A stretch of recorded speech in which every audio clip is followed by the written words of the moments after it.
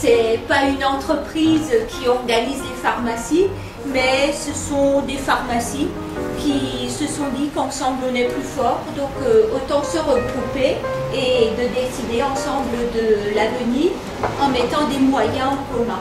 Donc on a un retard très important en termes de défibrillateurs en France, puisqu'aujourd'hui on évoquait un petit peu de chiffres ce matin, à peu près 150 000. Il faudrait qu'on soit proche des 500 000 si on veut même se rapprocher des États-Unis, où là aujourd'hui aux États-Unis vous avez un extincteur, un défibrillateur.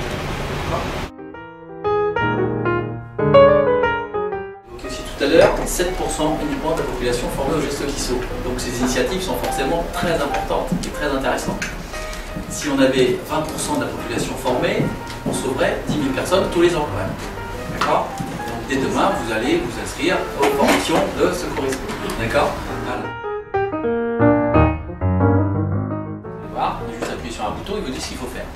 Mais ce qu'il faut faire avant, c'est là qui est plus compliqué. Vous discutez avec quelqu'un, il s'écroule devant vous. Donc on va voir toutes ces étapes qui sont très importantes. Et j'oublie un. Très très bien. Alors, premier travail, je prends les mains. Oh Hélène, tu m'entends?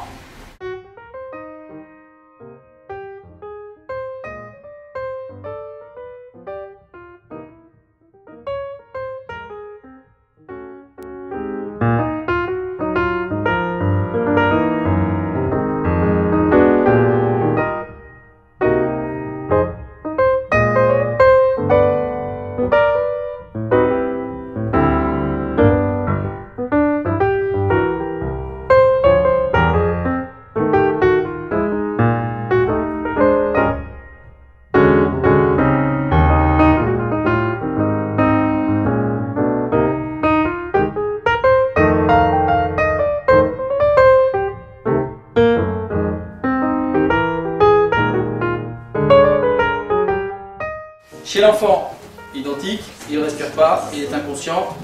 Je souffle 5 fois.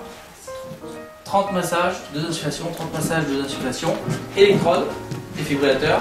S'il est plus petit, une électrode devant, une entre les omoplates. Et enfin le nouveau-né, pareil, il est inconscient, il ne respire pas.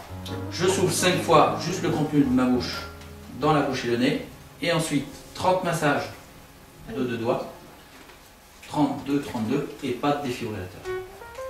Et là vous avez la réanimation cardiaque chez l'adulte, chez l'enfant et le nourrisson. Vous aviez vu avant la PLS, donc à partir de ce soir, vous savez prendre en charge quelqu'un d'inconscient qui respire ou qui ne respire pas.